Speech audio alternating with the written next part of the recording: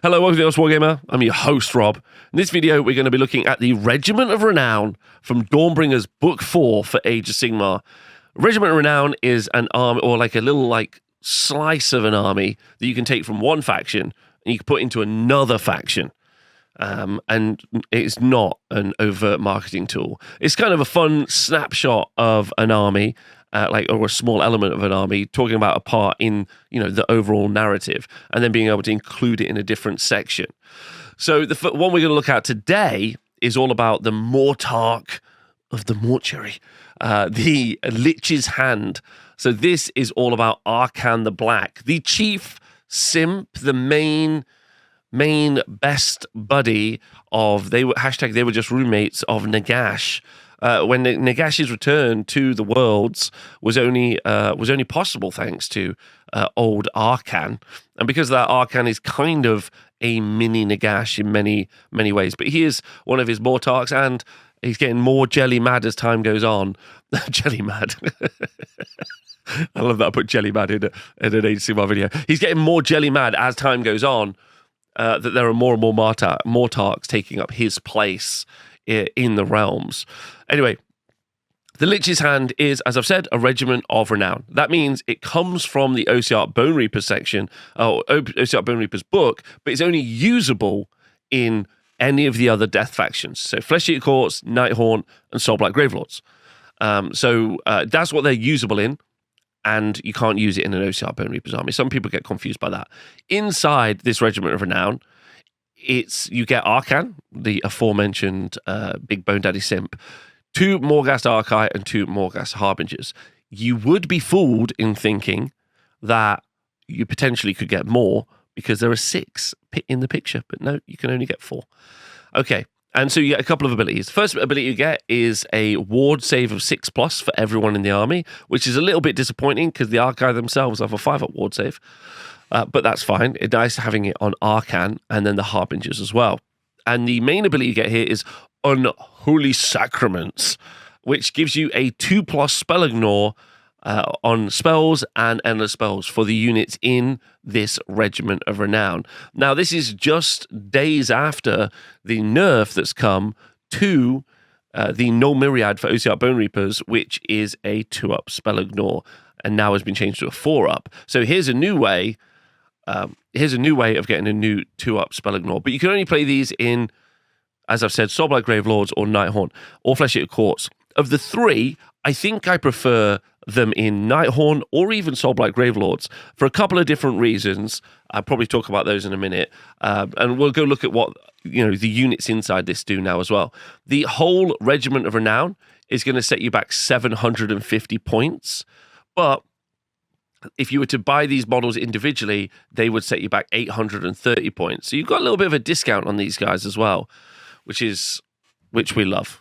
So what do we got? We got Arkhan the Black, Mortarch of Sacrament, and he's got 14 wounds with a 3-up save, so it's fairly survivable. He's got the 6-up ward in the army as well, and don't forget, he's got the Pseudo Hunger, which is an ability called Feast of Souls, which at the end of each combat, he's going to be able to heal up to 6 wounds, and that's every combat, as long as he's slaying some models.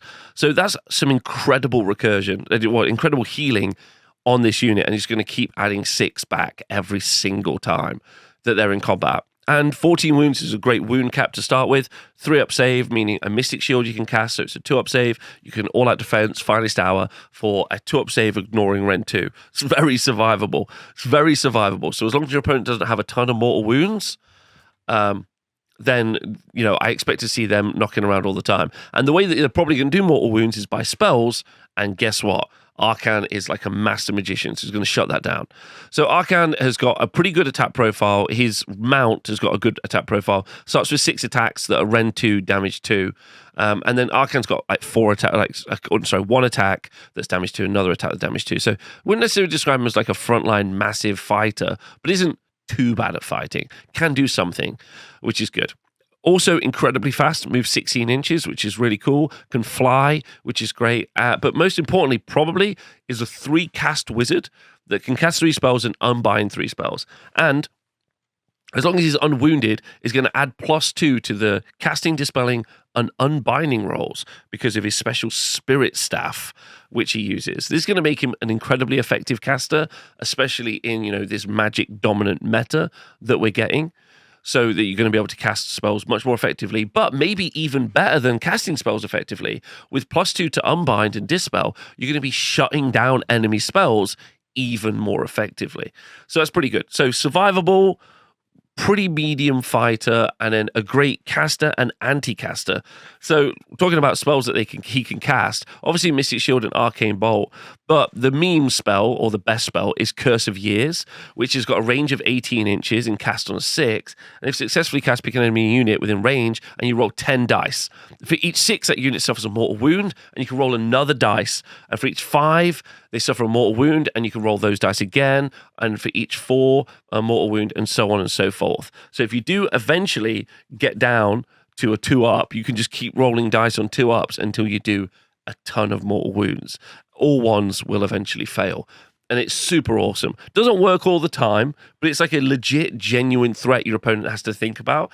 And it's a good mortal wound gun platform, which actually, when we think about which armies that this can go inside of, Nighthaunt specifically, who struggle at ranged attacks, Soulblight Gravelords specifically, who struggle at ranged attacks, this is going to give you a lethal mortal wound spell at range, if a little bit dicey and doesn't happen all the time. So it's very good. Speaking of putting Arkhan in an army, he's also got the ability, first of the Mortarks, where you can add 6 inches to the range of spells cast by friendly death wizards. So this is really awesome, because this is one of the Mortarks that actually benefits other units as well. So there might be a build in Soulblight Gravelords, Flesh Eater Courts even, potentially. They've got some very interesting spells. Or in the other one, whichever one I didn't say, adding 6 inches to the spell range is going to maybe make those wizards much, much more effective. And then you can, if you put them in Nighthaunt, you could be using the Nighthaunt endless spells at range. If you're using them in Flesh Eater Courts, you could be using those other ones, because it's going to add, their endless spells. So it's going to be adding 6 inches to their spell range, which is pretty great. So I think that's actually a great force multiplier if you wanted to build a spellcasting army, which I think is really good. So overall, I think Arkhan's a really great force multiplier to potentially put in any of those death armies, mainly because of that 6-inch spell increase. And lastly, he's a monster.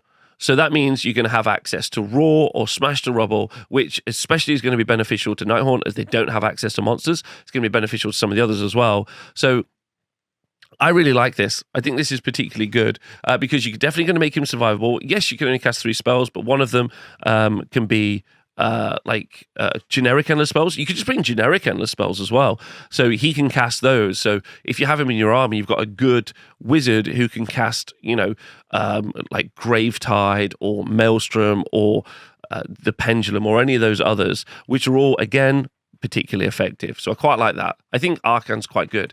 Then you get 2 different types of Morghast. They've both got 6 wounds with a 4-up save. So these are 2 units of 2, so 12 wounds in each unit. Both have a 4-up save, and you can equip them with 2 different types of weapon, either Spirit Halberds or Spirit Swords. I think most people love Spirit Halberds because they're 3 attacks each, 3s and 3s, Rend 2, damage 3. Now, when you're playing these in Oziark Bone Reapers, you have ways to stack the Rend on top of it, so they're much more effective. But Rend 2 is still effective, and damage 3 is also still effective, in my personal opinion. These units can also fly, they're also elite, and they also have the Herald of the Accursed One special rule, which is enemy units cannot receive commands while they're within 3 inches of any friendly units with this ability.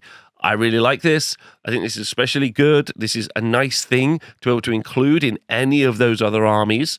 Like, it's a nice tech piece. I could see this in play. They've also got the special rule Grim Opponents, and if you make an unmodified charge roll of an 8+, this unit gets a Strike First effect applies to this unit. And also there's 2 units of these, so if both of them charge and they both roll 8+, then you're going to have 2 Strike First units, which is really good, especially when they're swinging massive halberds that are damage 3. Now, with the Morghast Archive, the difference between the Morghast Archive and the Morghast Harbingers is that the Archive get a 5-up ward save while they're near an Oziark Bone Reaper's hero, and the Morghast Harbingers, get to go into Deep Strike, which is pretty fun. So then they're going to be 9 inches away. So those are your 2 differences between the 2. Both of them turn off command abilities, and both of them have strike first if they roll over 8 to charge. And they both are pretty survivable, 6 wounds, a 4-up save, and they can do some great damage. And I think the key takeaway from all 3 units is that they can fly. So I like the idea of using screens in like Soulblight Gravelords as an example, zombies, skeletons, and being able to fly over the top and do counter charges with units they weren't really expecting to be there, which is fun. I like the idea of using Arkhan to potentially buff up death units and increase those caster ranges. I think that'll be really interesting as well. I'd love to know what you think, of course. Do let me know what you think, and if you think it's going to be strong or effective in the game. I think that's going to be most interesting, because I don't know. I would love to know what you think. I think that they definitely could see play in the other death factions. So let me know what you think, because it's pretty rad.